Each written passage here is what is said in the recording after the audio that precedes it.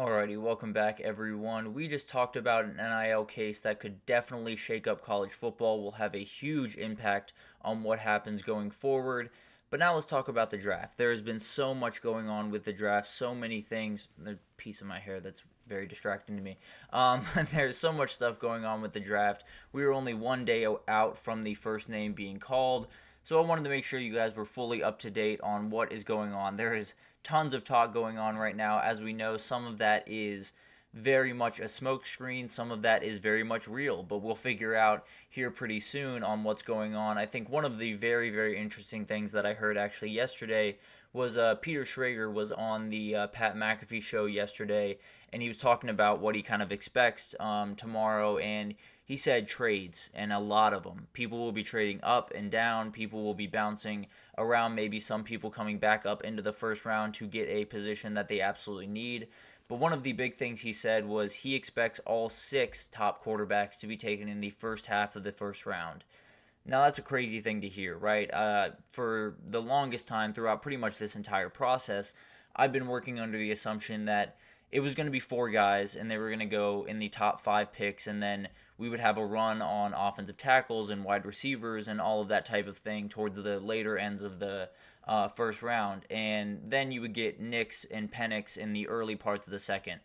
Apparently, that's not what Peter Schrager is hearing. So I've tried to kind of get an idea of how this could happen realistically without, some wild trades going on. And I think we've talked about J.J. McCarthy going to Minnesota, possibly, trading up into that 5 position with the Chargers to get J.J., although there's been a little bit of energy towards them just keeping that pick and taking an offensive tackle that they very much need in Joe Alt. But we'll get to that here in a second. I think the way I kind of broke it down was JJ essentially has to go to Minnesota, whether that's at 11 or 5, it doesn't necessarily matter here, but he would go to Minnesota. I think Penix would go to either the Broncos or the Raiders, which he's been tied to both of them, and then Nix would go to the other of those two.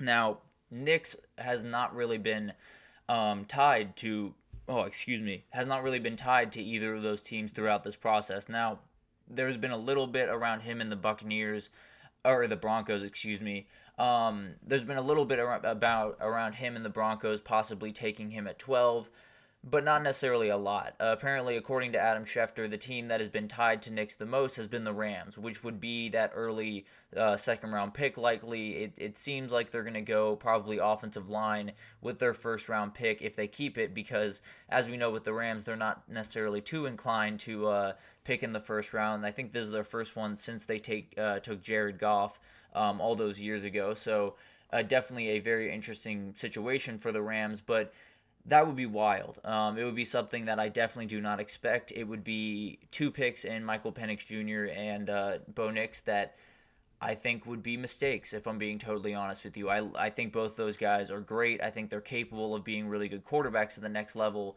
I don't think they're, top 13, top 14 picks in this draft. But at the end of the day, when you need a quarterback and a couple go in the first, couple of picks, some nerves start to kick in, and you make some decisions that you probably wouldn't make if other things started to happen. So that's definitely in the cards. It would be really interesting to see not only where JJ goes, but possibly if the Broncos feel really inclined, maybe they trade up to get one of these guys, and maybe there's 5 quarterbacks in the top 10. Who knows? But it's going to be a really weird thing to watch. I think that's something that everyone's been wondering, kind of where these quarterbacks sit, but Peter Schrager seems to think that they're all going to be hanging out in the top 16, which would be huge for especially those 2 guys that I fully expected to go second round. But one of the other really interesting things that I've seen is Byron Murphy just continues to rise up these boards. I feel like for a number of weeks when you would see mock drafts and you would see all the talk,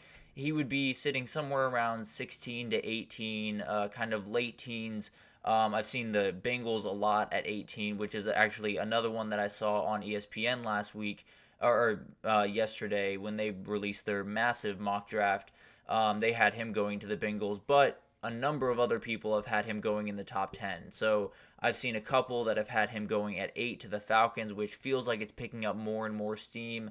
I've seen a couple with him going 9 to the Bears, which, frankly, if you were to ask me if he's on the board and you already have Caleb Williams in your pocket, that's who I would take, just because I think you would set yourself up with a linchpin on that defense, especially that defensive line for the next, 8 to 10 years. You would have a quarterback for the next 10 to 15 years, hopefully. So I think it would be a great way to just set up the future for both sides of that ball and continue to build out that defensive side that is already pretty remarkable over there in Chicago. But if you have the quarterback in hand, you have the wide receivers they have, I would probably go Byron Murphy if he was still on the board, but that's beside the point. It seems like Rome Odunze is getting a little bit of hype there at 9, but we'll see what happens there. The ESPN mock did not necessarily agree with what Peter Schrager said. Now, they did have Bo Nix going in the first round. I believe he was at 22 to the Broncos. I think they traded down and hit in the mock draft that I saw. And then they had Penix going in the second round to the Raiders. So the confusion around quarterbacks 4 through 6 is pretty wild. I think J.J. McCarthy, we have a general idea of what's going to happen with him. I think it's either going to be the Vikings trading up to get him or picking him up at 11. Maybe some other teams get involved. I know the Giants have kicked around the idea of taking a quarterback. I don't expect them to necessarily in the first round, but I guess they could. You never really know what's going on in those war rooms until the pick is in, really. So it'll be really interesting to watch what happens with those two in particular, because I think they're both very talented guys. I just, spending a first-round pick on them does not necessarily seem like the best thing to do, necessarily. But we'll see what happens. Joe Alt is obviously the guy that is setting the pace on all of the offensive linemen in this draft, and there are a lot of them that are really, really good and will go in the first round. But it seems like it's picking up more and more momentum that the Chargers will stay put at 5 and just take him there. And I think that's something that would be a huge pick. Obviously, they are going to go offensive tackle. That's something that they absolutely need going forward. And this is the best offensive tackle in the class. And I don't want to say by a wide margin just because of how many great offensive tackles there are, but this is the clear number 1. I can say that pretty confidently. If he doesn't go at 5, he's going to go at 7 to the Titans. And I think the Chargers would rather have him than the Titans have him. So I think it'll be really interesting to see what happens there. It'll give you an idea of what the Chargers think of the rest of the offensive tackles and how big they think that gap is, whether or not they want to stay put and take him there or go down to 11 and possibly take the second tackle off the board or the third tackle, depending on what the Jets do. So it'll be really interesting to see what happens there. I think this O-line is going to be insane. A quarter of the first round ESPN mock was O-linemen. So it's going to be wild. It's probably the most coveted position in this class because of how important of a position it is. Whether it's interior or outside, you have so many guys that have the ability to jump into the first round. Jordan Morgan from Arizona is a guy we've talked about. Roger Rosengarter is someone from Washington that has kind of popped his name in and out of the first round as these mock drafts have started to come out. So it'll be really interesting to watch. But the other position that we've talked about ad nauseum along with offensive tackles has been wide receivers. But let's do it again because it's always fun to talk about these wide receivers. ESPN did have 6 of those guys taken in the first round. The top 3 are pretty much set in stone. It is going to be Marvin Harrison Jr., I would assume, first off the board in terms of wide receivers to the Cardinals. And then you'll have a quick run on the other 2 in the top 10. And then it gets a little bit interesting. You have Brian Thomas, you have Xavier Worthy, you have A.D. Mitchell. All those guys were in the other 3 of the 6 wide receivers that were taken in the first round in this mock draft. I think Ladd McConkey has a chance to jump in. I think Troy Franklin has a chance to jump into the first round depending on how these teams go about it, because we've talked about it time and again. Teams get panicked pretty quickly. So it'll be interesting to watch what happens there and kind of what happens throughout the entirety of the draft at the wide receiver position, because it's really deep. So some of these teams might not need to stretch for one of these top guys because there are really good guys that you can pick up in the second round and the third round that could be big players for you. Now, they won't necessarily be the players that Xavier Worthy or Brian Thomas is capable of being, but definitely have some ability. So it'll be interesting to see kind of what those conversations are and where teams end up on all these wide receivers. But finally, a couple other things to watch as we go throughout, not only Thursday, but throughout the entire weekend. Adam Schefter had a couple highlighted that I found really interesting. One that is, unlike last year, there were two running backs taken in the first round. There will be none taken in the first round on Thursday. I feel very, very confident about that. In fact, one of the crazy draft things that could be broken this year is the longest time until the first running back is taken. In 2014, it was the number 54th pick with Bishop Sankey, someone that was not necessarily the greatest in the NFL, but had a remarkable career at Washington. That was the latest a running back has been taken off the board, at least the first one. And I think it's going to be Jonathan Brooks that's taken first, but he's sitting right around that 54 mark. Whether it's 56 or 52, I don't know, but it'll be interesting to see if they break that record this year, because as we know, it's not necessarily the strongest running back class, but you can get some guys later in this class that could be difference makers, guys like Trey Benson and possibly Bucky Irving at the next level. So very exciting group, but they might have to wait a little bit for their name to be called. There have been 3 NFL drafts, 1968, 2004, and 2009, where 19 offensive players were picked in the first round. I think this year will break that record. This is something that we've talked about, the offensive line. We've talked about wide receivers. Those are two of the deepest groups. In fact, I have a hot take tomorrow that we'll get to regarding those two groups. But I think with all of those guys, with the quarterbacks possibly finding their way up into the first round and all of the craziness around so many different positions, I think it's very possible that we break that record and we have 20 guys taken on the offensive side of the ball, maybe even 21, where some of these edges start to slip a little bit. I think Byron Murphy is really the only one that I feel very confident is going to go high. I think, Dallas Turner, Liati Latu, Jared Verse all could fall a little bit depending on how these kind of trades work out. So it'll be really interesting to watch. I'm not really sure how it's going to shake out, but I think it's very possible that we have just the vast majority of the first round being these offensive talents that are just insane, pretty much across the board.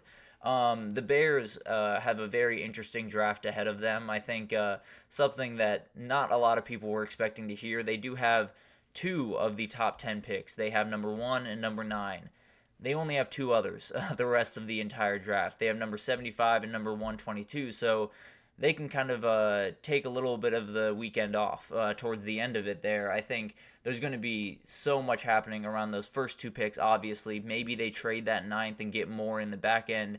Who knows? But as of right now, I would just nail these 4 picks and move forward to next year if I was the Bears. But definitely not what you want to only have 4 picks in a 7-round draft. But it's the position they're in. And as long as they have the top 10 and they nail those 2 picks, I think they'll be more than fine. Now, the Cardinals, the Rams, and the Packers have 11 picks, so quite the gap there. Definitely some teams that will have some positions to build out, so it'll be interesting to see how they utilize those. And then finally, Lincoln Riley is in line to become the first college football coach to produce three number 1 overall picks. Caleb Williams, Kyler Murray, and Baker Mayfield, obviously all Heisman winners, all remarkable players, and it makes sense. Lincoln Riley has dominated the college football world, especially when it comes to quarterback play, for quite some time now. So I think that number might just grow in the future, if I'm being totally honest with you. But Thursday on draft weekend is one of my favorite days in all of sports. I think it is such a cool thing to watch all of these kids kind of have their dream realized in real time and be recognized on the stage, get that picture with Roger Goodell, possibly get a little bit of a hug or whatever. But I think it's a very cool day, and I think it's something that all of us college football fans really enjoy.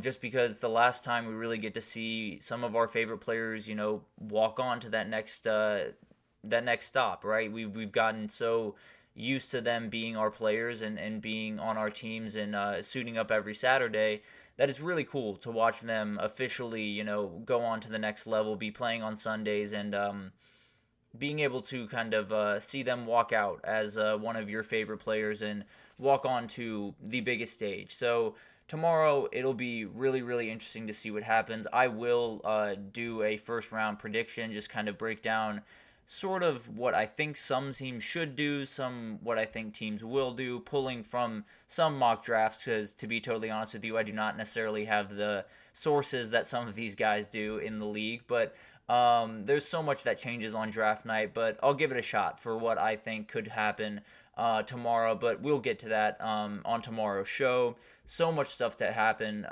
over the next even 24 hours as we get even closer to this thing, but definitely tune in. It's going to be a very, very cool day, and I think this first round could be one that we remember for quite some time, to be totally honest with you. But we're going to take our second break here, and when we come back, we're going to talk about Florida State and the ACC, get back in the courtroom here for a second, and talk about a new development where Florida State might be in just a little bit of trouble in the ACC case. So we will pick up on that right after this, so stick with us.